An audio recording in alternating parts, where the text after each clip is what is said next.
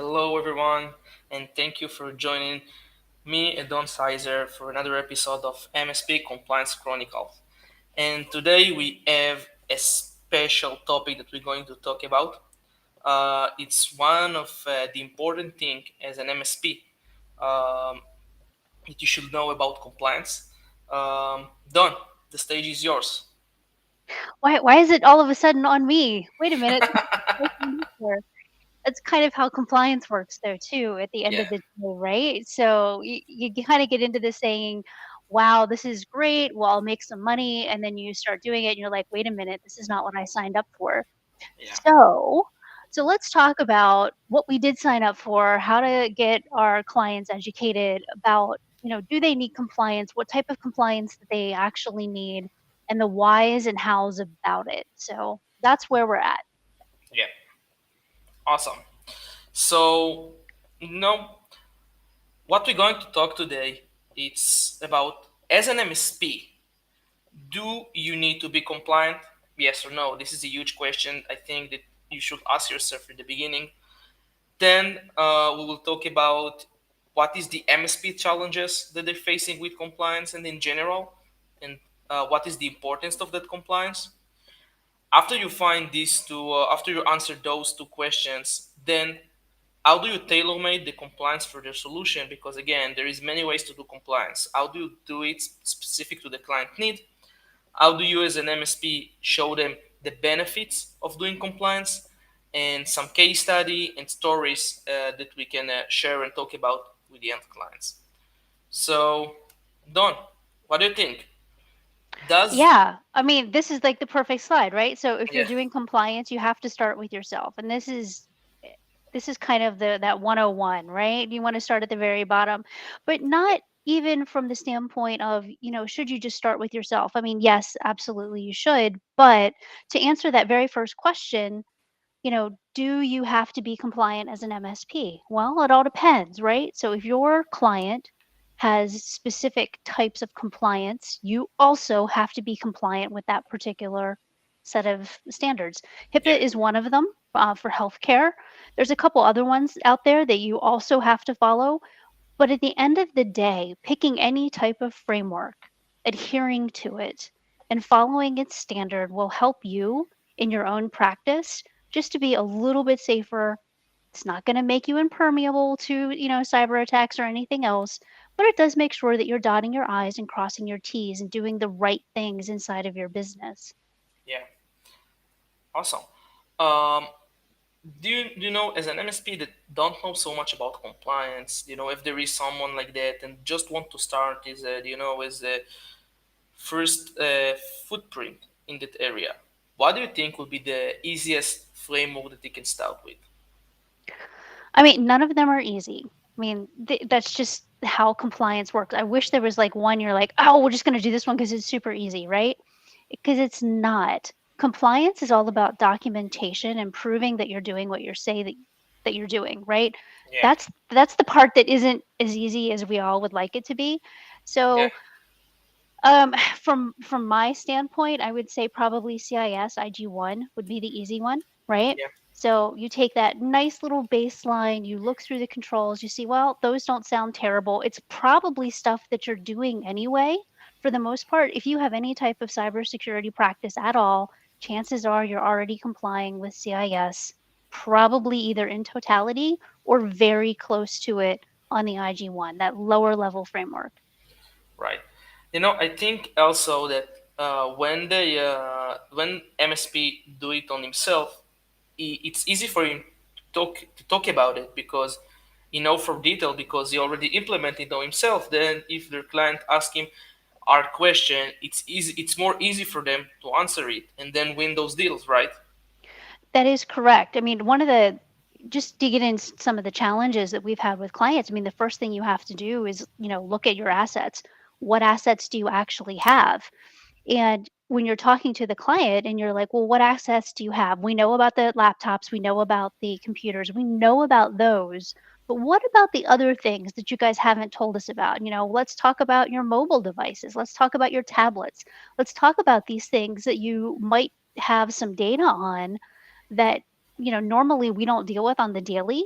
but they Yeah. do, and it's an asset that we have to decide, is it in scope? Is it out of scope? What does that look like? Can we rule it out? Is there a way to do that? Can we make things a little bit easier? But those are questions that you're going to get over and over and over again. So doing that on yourself first is typically easier, so that when those questions do come up, you're like, oh, you know what? We've already been down this road. This is how we did it. This is why we did it the way that we did it.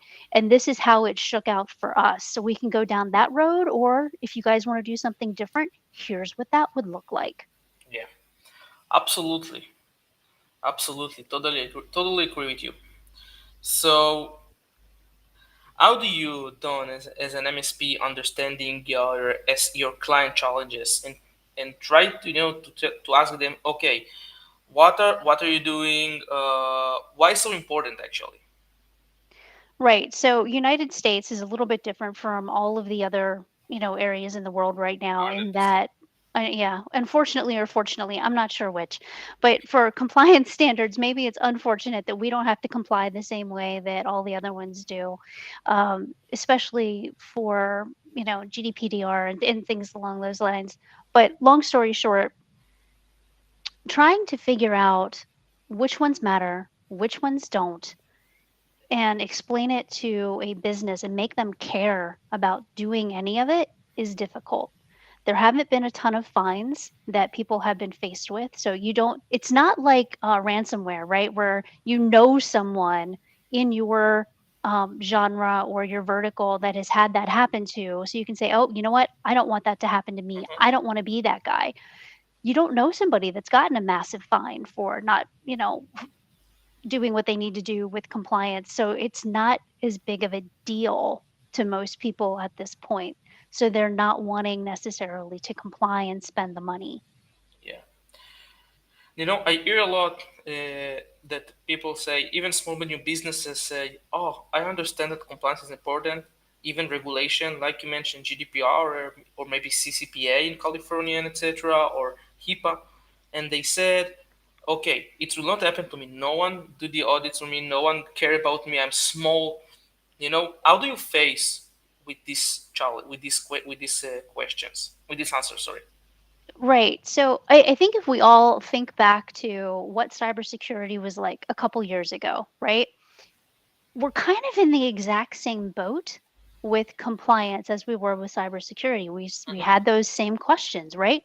Nobody cares about me. I'm small. No one's attacking us. We're small. We have data that nobody cares about.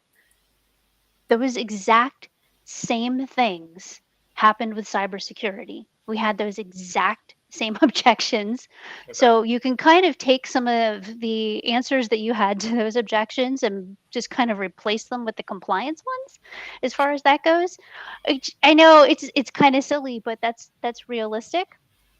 And it's not always about um, well, what happens if? It's more along the lines of, unfortunately, if something does happen, it's already too late in the compliance world. So if you have, let's take HIPAA for example. If you have an issue and somebody shows up to audit you with HIPAA, you were already supposed to be doing it.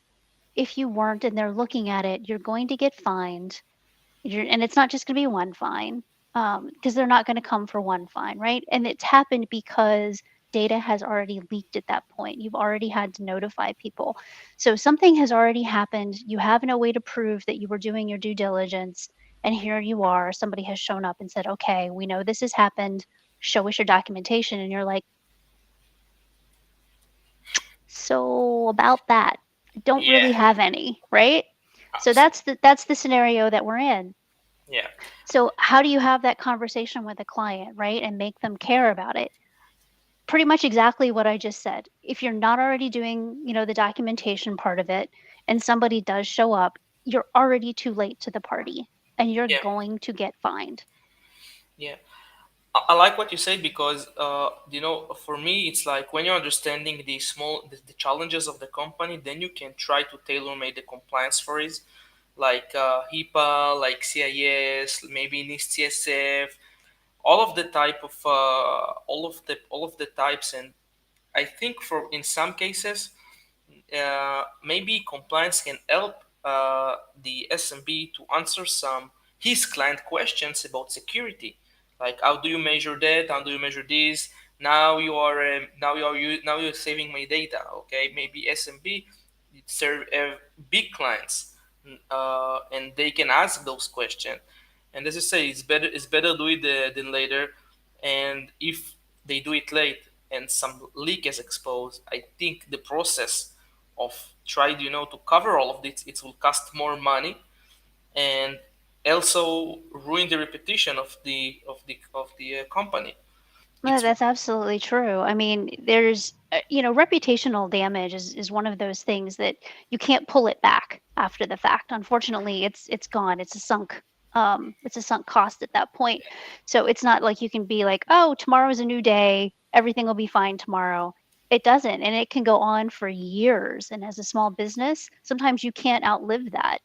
Yeah. And the other piece to that that you really want to think about is that supply chain that you have Oh, going on as as a small business too, right? So, yeah. like we were interviewing some marketing companies not too awful long ago, and one of the questions that I had for that marketing company, because we were actually going to exchange files back and forth, and what's that going to look like, was what does your security look like internally?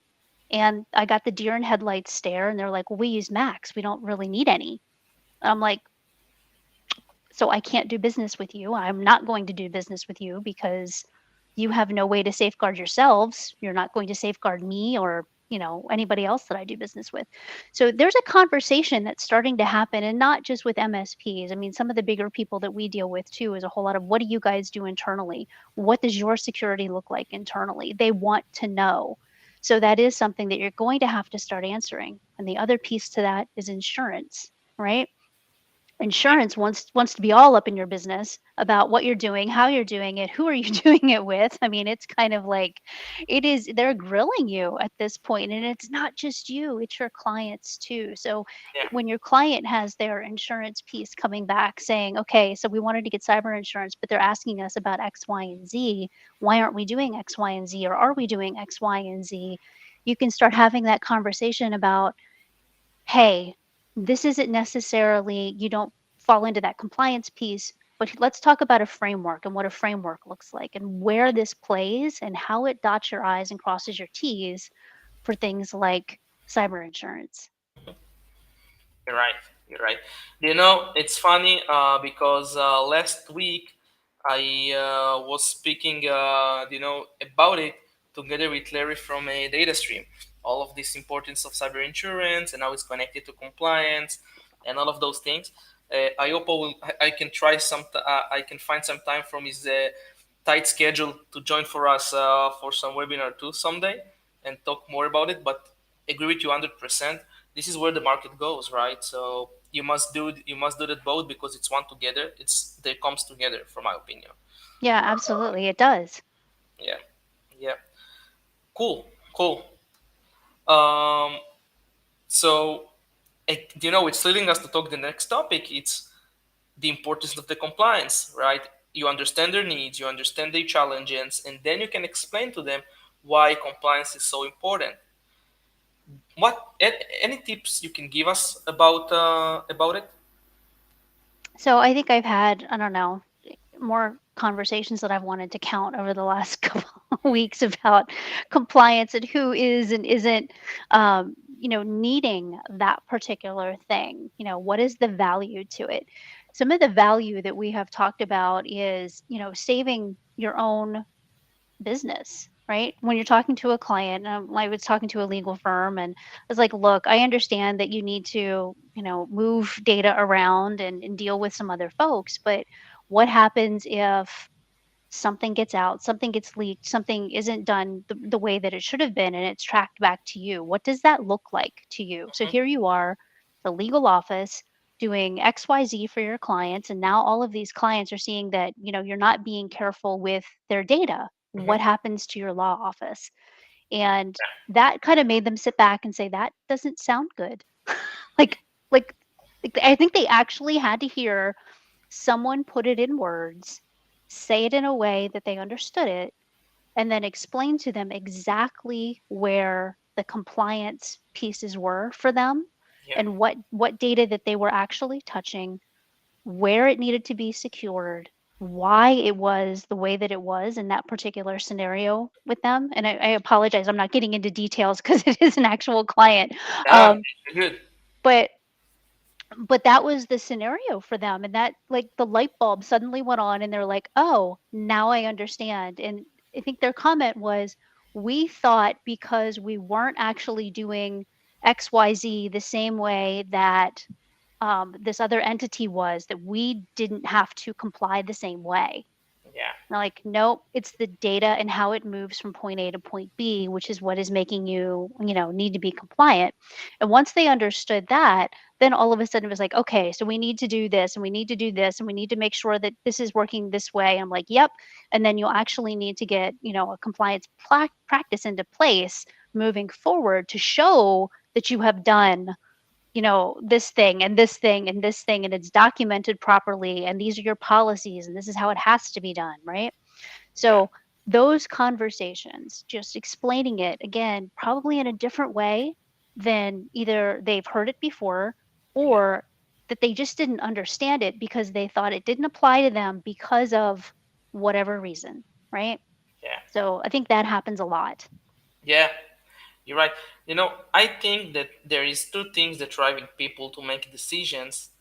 Maybe even when it comes to compliance, I think it's more strong when it lead them from fear or from big opportunity. So if they can fear from the fine that they will get in some regulation, or if we can show them um, also the growth of their company when they do compliance, because I think it's they can get from it a better opportunities to show to their clients strength, to show to their client, they can look better, and even that they look better when they do compliance, they must following it. And following it, I think after you implement the compliance, maintain it, it's a little bit more harder, because when you do it one time, it's like it's not the easy step, but it's you dedicate it to the process, but then you need to follow all of those things and maintain it. It's like compliance is a journey. This is what we say all the time. It's a journey that never ends, and the company should following it and make sure that they following it. It's they understand if it's they know they get fined or lose reputation or etc. Or from terms of growing their company with a huge opportunity, Sure. And right? I think one of the things too you want to make sure that you stay away from, and I know you mentioned the fear piece, but like that fear, uncertainty, and doubt, right? We never want to sell through fear, uncertainty, and doubt. We want to sell through education and Yeah, understanding why we would want to fear that fine, right? absolutely. Because I don't want to pay that. Nobody wants to pay that, right? But Yeah, do it in a way that makes sense so people understand, look, this is where this would happen. This is why it would happen. Let's not go there so it doesn't happen. yeah, And that way you're not wondering. That gets rid of the uncertainty and then the doubt of, well, maybe I can get away with it. Maybe I can't, but I'm not sure that you're the one to help me, right? And you want to come in and say, yep, we are the ones to help you. Here's how we've implemented it in our own business, and we can help you take the same journey. yeah. It's fun because it's like step by step that the MSP should do in his company. Like first of all, need to implement it by himself. Then they need to educate your client and explain to them the importance and etc. So it's like a journey also for the MSP, It right? is, and So it doesn't matter. I mean, so many of us were familiar with, the service journey, right? A thing has yeah, started, you do the needful, you end it, and then you start the whole process back over again. Compliance really isn't all that different from that aspect. It's okay, I see a thing that needs to get done. You do the needful, you finish it out, you document it, do what you need to do, and then, oh, right back around. I see a thing that needs to get done. I do the needful, you know, and it does. It is a journey the whole way through, but it once you get into the habit of doing it, it's not nearly as bad as it could be. yeah, absolutely, absolutely. So the next thing is okay. Now we understand the needs. We explain it. How do we tailor the compliance to the our client's specific needs? Again, there is different companies. There is different situation. There is different solutions in the market uh, about uh, about security. How do we choose the right journey for the client? Because as we see from any company doing differently, very differently, Yeah. and it's the right. Yeah, so I mean, you have that conversation, right? Understand how Yeah, your client works and what they're working with and the data that they're using in one way, shape, or form, right?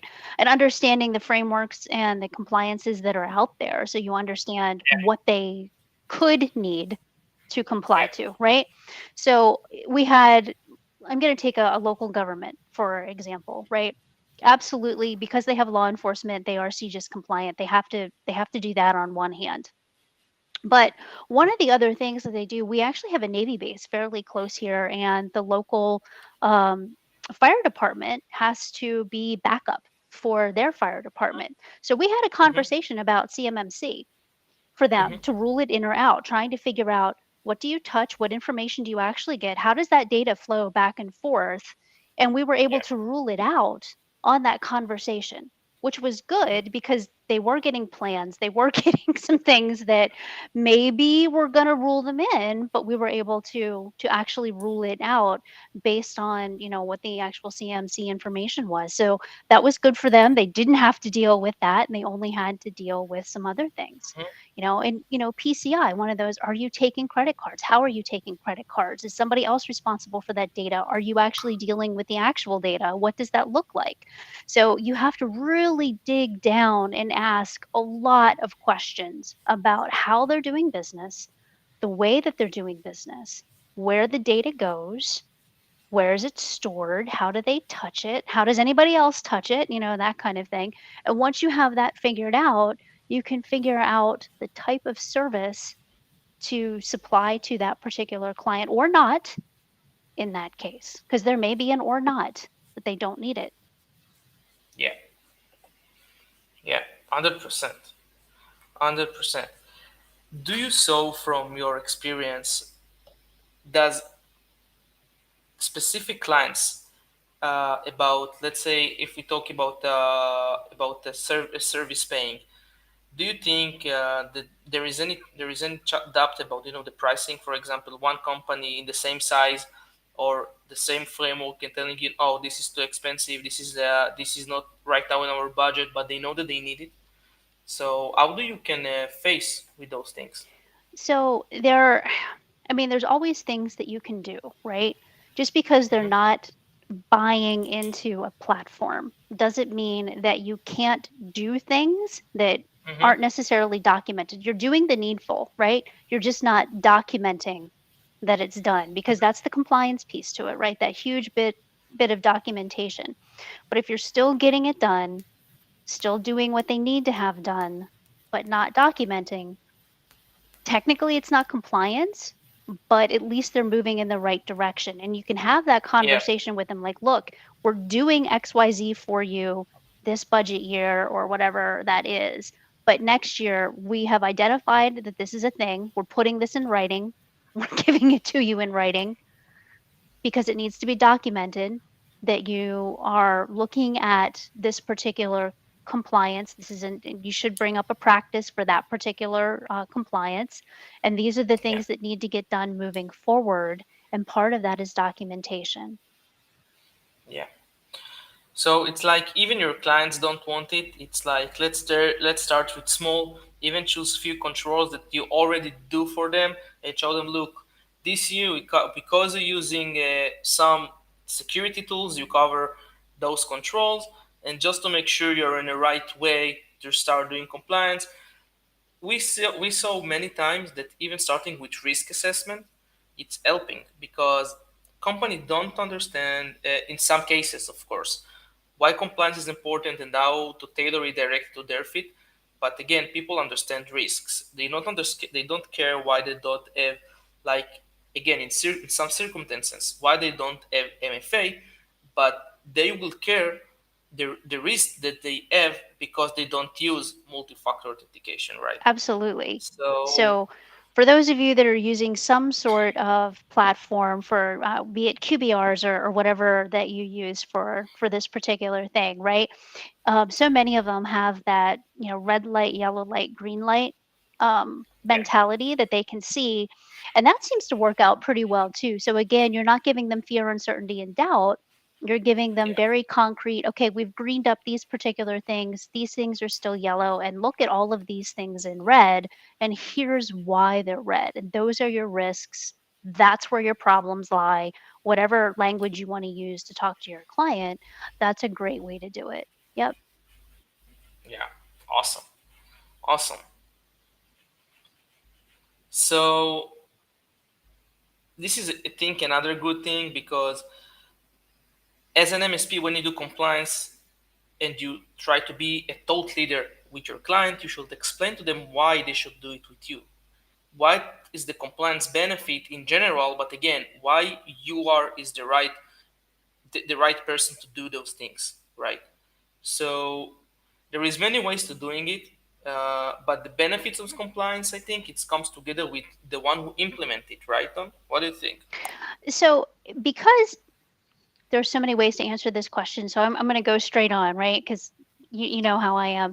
Anyway, long story short, as an MSP, we touch so many things that are in the compliance piece anyway, right? So much of compliance has to deal with the IT systems that we run, that we touch, that we deal with day in and day out. So there's only small parts that we're not dealing with, right? So the fact that we have to do that anyway makes us a really good plug and play solution for compliance practices, which that's great unless this isn't something that you have the staff for, it's not something that you have the knowledge for, whatever that is, in which case then you should do it for yourself first, see what that looks like, see how much time it takes, and then you're able to do it for your client. But really, that's what it boils down to in the end. The MSP really is a good plug and play piece just because we have to deal with most of the data that goes into compliance. We see a lot of it in our RMM as it stands. We have to turn on a Yeah, lot of it. If you understand CIS at all, I mean, you probably know what of your products tick the boxes for each one of those controls, right? And so as you're going down through, you're like, oh, that product is that, that product is that, that product is that. And if you go out and take a look at even the CIS website can show you, based on the CIS controls, you can go through and yeah, check mark any of the other compliances that you or your client may need to comply to. And you can see, oh, well, that particular tool carried most of that. That particular tool got all of that, so on and so forth. Then you'd be like, well, there's only a couple things that we really need to deal with. That's yeah, not so bad. yeah. Yeah, I think it also builds a lot of confidence with the client because you show them because you're working with we already, look how many controls we already cover even without thinking about compliance, right? Yep. So yeah, that's awesome. Awesome. Yeah, Yeah, I mean, I it's a know great thing. just for us, when we're looking at CIS IG3 internally, which, Yeah, that's not fun. But at the end of the day, we went down through and we looked at, what tools we had versus what we needed to still get. And we were down to, okay, we need an actual logging tool and maybe something else. And that's yeah, and that's what we went shopping for. So at the end of the day, it wasn't terrible. It's just a matter of documenting it all and screenshotting it and making sure that we had all the evidence in place. So then, when we need to go back, should we ever need to go back, or if insurance wants to take a look at something, it's all right there. yeah, yeah. And it's easy because once you do it on yourself, then you can duplicate it to your clients, do some changes, Yep. and if you have any thought later on in the journey from your company, then you can even improve your client and give another suggestions. There is awesome. That's really awesome, and I think it's a big benefit for the small medium business because he learn from you because you're facing with tons of clients, right? So you can learn from many places, also from your own company as an MSP, and then what you learn from all of the situations, then you can improve your clients based on what you learn. It's like you do it like small AI because you're learning from many places, and then the result you are doing with your clients. So it's and you touch so many things as an MSP, and even without doing compliance, in some cases, when you implement some security tools, you cover some controls that can help and also build confidence with your client to make sure that you as an MSP is the right person to do those this job for compliance. And yeah, I like it. One of the interesting things that I found in doing some of this is that the legal teams, right, that work with some of Yeah, our clients are like, "Well, I need you to put this policy in place." And you read through it and you're like, "Oh, that's a little better than the one I had. I'll take that." So you're right in that respect of there are things that you're going to learn. You're going to see different things, and you absolutely can kind of amalgamate everything together and say, look, I really have a good product here based on, all of these folks that have come together and, reusing a lot of that information over and over again not only saves you time, effort, and energy, but you really have the best of all the worlds at that point too, which is fantastic. yeah, and it's another stream of revenue for the MSP, Yep. right? So Yep. I yeah, mean, I don't want to discount that by any stretch of the imagination. It is a revenue stream. However, do it for the right reason. Do it, yeah, do it because you should, absolutely, and do it because you're doing it internally and not just, well, we offer this platform, but we're not actually doing the work, right? You have absolutely to do the right, work too. absolutely right. There is no doubt on it. And when you do it, you should do it like a professional. You can't just, as you said, just provide the platform without doing it in the right way. Right. Because, right, yeah, that's great. I like it. Okay. So, what do you think about case studies and success story with your clients? How do you share it? Do you just when you do the sales pitch, you just explain them with another client that we did to them that's and this, and then because of that he face he didn't get fine, or he had another business opportunity because he has compliance with a huge deal. How do you manage those cases? So for us, I mean, we've been in the CGIS side of things for so long. I mean, this has been forever and a day. In fact, we're doing a very specific CGIS one not too awful long. I think it's like the 19th. We're actually doing a webinar in that one because they've done some major changes to it. But long story short, we've been able to kind of grow through Hmm. sieges and how that looked over time. So we've been able to take that information and say, look, this is how this particular department did XYZ. This is how they passed that particular audit. This is how we understand, what in this case the state police is looking for when they go through and do their audits, and how they have it structured and that kind of thing. So yeah, I mean, it's the same type of thing. You're using a case study of this is a particular thing that we've done and how that functions and how it functioned for them and how they passed. So yeah, I think you can Yeah, write up anything like that and have it available. You can leave it on your website if you want to make it an asset for download, that sort of stuff. So not only is it something that you can talk about, you can leave it behind, just as a a short story kind of thing, or you can put it up as an asset on your website. yeah, I like the idea on the website because you can build case studies, and many websites is doing that, like case studies based on compliance, based on ISO, based on GDPR, based on HIPAA, based on PCIs. It tells some stories, and why, not like the case study. You need to do it if you are managing PC, if you're managing credit cards, or if you're handling a PHI or etc. Use cases from real world that you face as an MSP. In some cases, you don't have all of them, but when you have it and you can share it, then I think it's building a trust. And also, more over than trust is building again you as a thought leader with your clients. Then logging into your website and see yourself as someone that really knows what they talk about, and they already did it. So they already buying from you as an MSP many solutions. So Right, and I just doing and I think there's certain parts of that conversation too that no matter how you want to put it into a white paper or a case study or whatever, it just doesn't translate very well, right?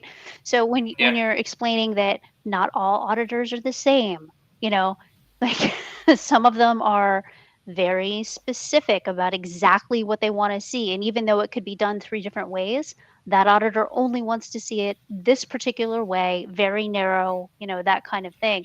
So I think those types of conversations have to be conversations and not necessarily inside that case study. Because you can say, well, some auditors are a little bit more picky, Yeah, but without the actual, here's how this looked, this is why they did it the way they did it, these are the different yeah, ways. I mean, it's just a very long, drawn out thing that, yeah, putting it in writing, just, it's not the same. yeah. Cool, cool. I have another question to you, Don. Yeah.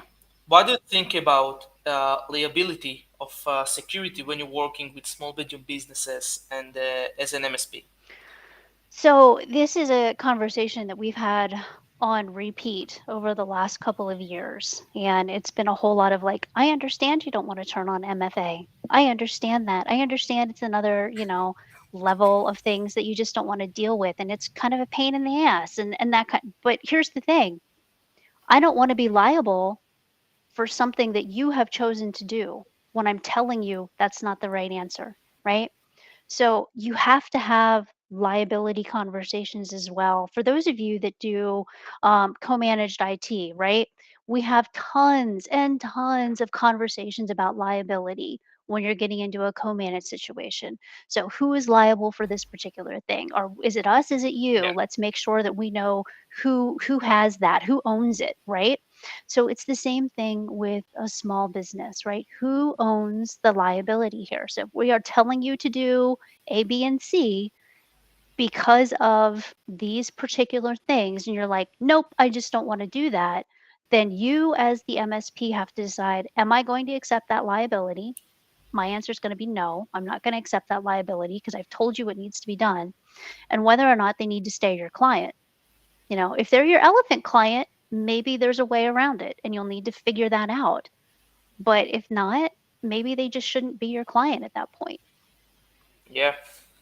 I totally agree with you about that, right? Because a lot of security breach are happening because of the peoples in the company, phishings and all of those things. And the way to protect it in some way is like you mentioned, it's like MFAs and many other things that you can do even for a small thing. And if security breaches occur, this is the big question, right? So who is liable to what happened? And if something is occur, it's huge thing. It's a huge thing.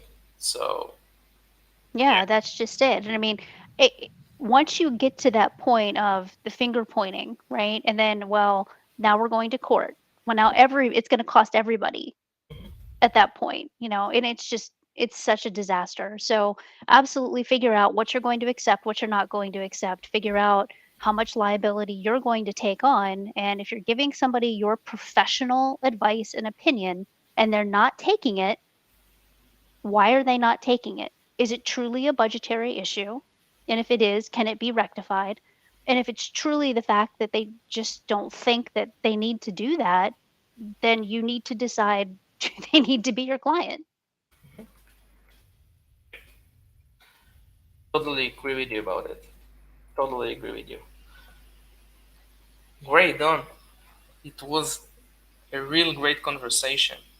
Do you have something more to add? Any other tip that you can enjoy with your audience about how do can do compliance better and how to educate their clients about compliance? I mean, at the end of the day, you have to decide whether or not it's something that you want to take on as an offering inside of your own MSP.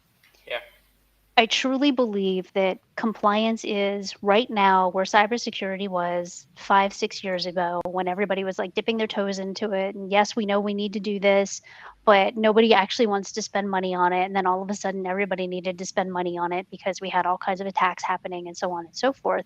And unfortunately, the United States is a very litigious country for it being a not very compliant country, which doesn't really add up side to side there. So what's going to eventually happen is they're going to get more and more litigious and people will, figure out, well, you just didn't do the things that you needed to do. So they're going to start handing out fines. So I think it's a matter of time, right? So if you can get ahead of it as an MSP, you're going to be in a very good situation going forward. I also think that MSPs are going to be regulated in some way, shape, or form, either by compliance or some type of regulation is going to come down through us in some way that says, hey, you need to do X, Y, and Z.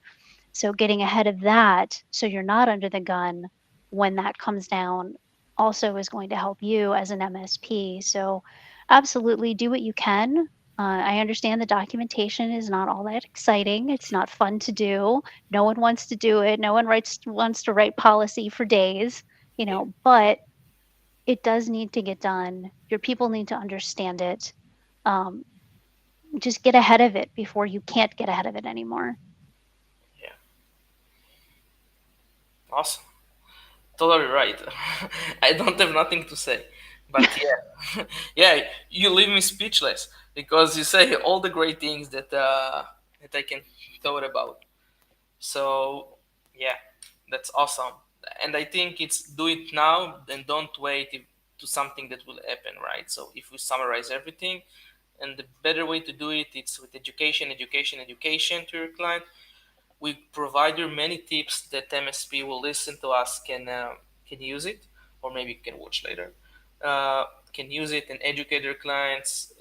Many things that you provided from your professional experience, which is awesome. It's yeah, it was a good conversation.